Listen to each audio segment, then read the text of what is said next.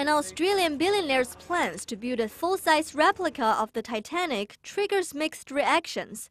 Some British relatives of Titanic victims are horrified, but enthusiasts hope it will keep the spirit of the Titanic and that period of history alive.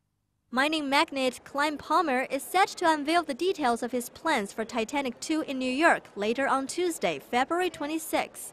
Its inaugural voyage is expected to follow the same route as the original Titanic, from Southampton in the United Kingdom to Cobb in Ireland before heading across the Atlantic to Manhattan.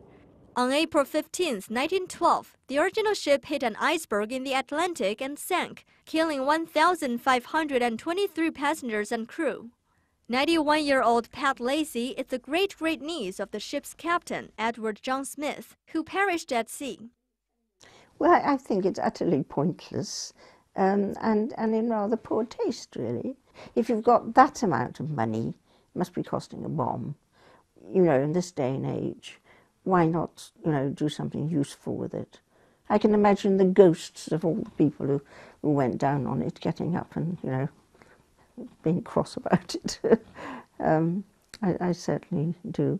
And I don't understand the mentality of somebody who wants to do it, really.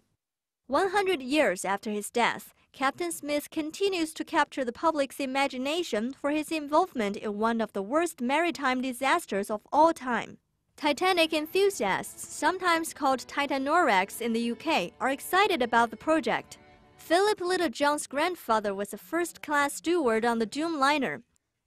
I'm very keen on anything that perpetuates the memory of Titanic. There are going to be a lot of people that say that, and that's why I use that word respect. It depends how the whole project is envisaged. I think it's got to be remembered that Titanic was a maritime grave. Philip's grandfather, Alexander James Littlejohn, turned white-haired overnight after surviving the disaster. Littlejohn has written a book about the tragedy and went on a dive to the crash site to see the decaying ruins for himself. Titanic is deteriorating rapidly. So people aren't going to be able to go down and see the original Titanic. Maybe Titanic 2 can give them the opportunity to experience what it was like. So, provided it's done with respect, I'm very much for it.